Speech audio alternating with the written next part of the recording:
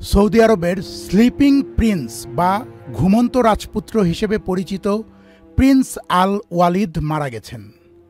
একটি গাড়ি দুর্ঘটনার পর থেকে প্রায় ২০ বছর ধরে তিনি কোমায় ছিলেন। মৃত্যুকালে তার বয়স হয়েছিল ৩৬ বছর। সৌদি আরবের রাজ পরিবারের পক্ষ থেকে তার মৃত্যুর তথ্য নিশ্চিত করা হয়েছে।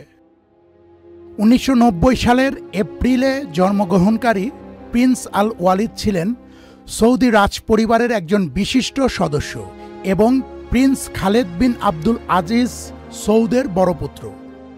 ২০০৫ সালে মাত্র ১৫ বছর বয়সে লন্ডনে সামরিক ক্যাডেট হিসেবে অধ্যয়নরত অবস্থায় তিনি এক ভয়াবহ সড়ক দুর্ঘটনার শিকার হন।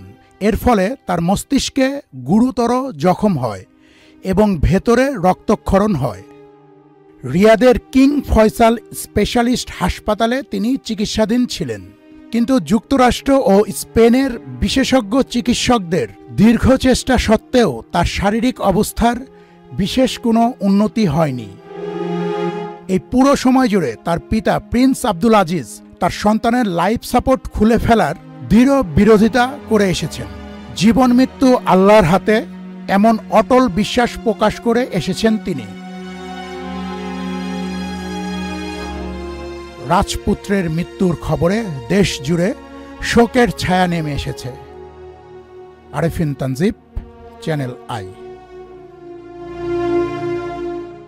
বান্ডেল থাকলে প্রতি সেনমানিতে টাকা বাঁচবে। বিকাশ সেনমানি বান্ডেল কিনে জিতুন প্রতি লেনদেনে।